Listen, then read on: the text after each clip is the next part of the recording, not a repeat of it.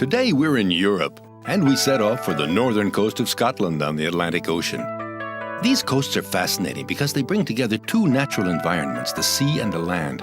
There are plenty of fish and shellfish for the birds and mammals that live here.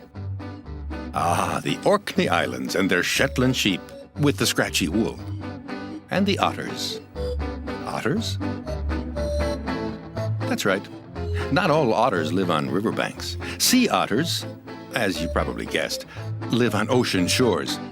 Oh, you have to admit it's very nice to have a place with a view of the ocean. Very practical for swimming, too. Now, to tell the truth, the sea otter spends most of the time just messing about in the water. These two tough guys managing the slope are about 6 months old, and they're very late for their fishing lesson. That's right. When it comes to sea otters, fishing is an art that's passed on from generation to generation. Tell the truth, would you swim here? Well, neither would the baby otters. You know they're afraid of water? Some are so scared that their mothers have to push them in. Right. These know how to dive and swim. Well, almost. Come on, in waves like this, it's not easy. All they have to do now is perfect the techniques of the famous Sea Otter Club. Oh, there's nothing to it. First, you spot your prey. Second, you dive in quicker than your shadow. And third, you grab your fish from underneath. Ah, why from below? Because fish can't look down. That's pretty crafty.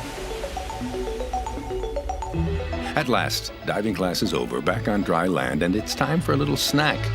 Sea otters and their offspring always stay on the same territory. It's the area surrounding their shelter and an enormous expanse of ocean, which is, of course, their food pantry.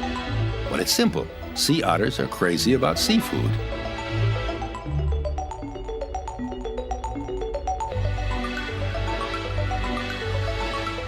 Here we go again.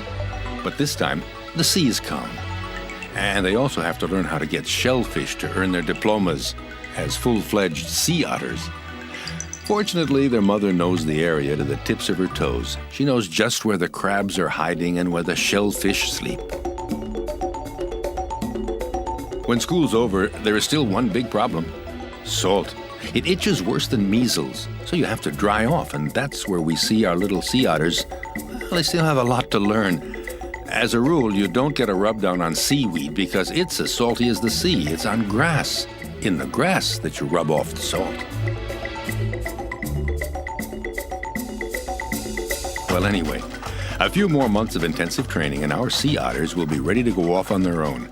They'll leave Mom and live farther down the coast on their own territory, but for now, well, they're not ready. Let's go. Tomorrow it's school as usual.